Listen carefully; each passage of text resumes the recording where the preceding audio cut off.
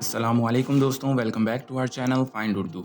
आज हम एक इंग्लिश वर्ड का मतलब समझेंगे जो अक्सर लोगों को समझ ना आए तो वो इस वीडियो पर आते हैं। ये वर्ड है बीएफ। बीएफ का मतलब होता है बॉयफ्रेंड या उर्दू में कहा जाए तो महबूब। ये अक्सर किसी लड़की या औरत का मर्द दोस्त होता है। मिसाल के तौर पर अगर कोई लड़की अपने बीएफ के साथ घूमने जाती है तो ये मतलब है कि वो अपने बॉयफ्रेंड के साथ है। She is going out with her BF tonight. इसका मतलब होगा वो अपनी मोहब्बत के साथ आज बाहर जा रही है।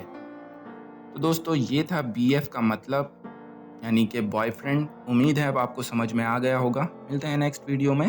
शुक्रिया।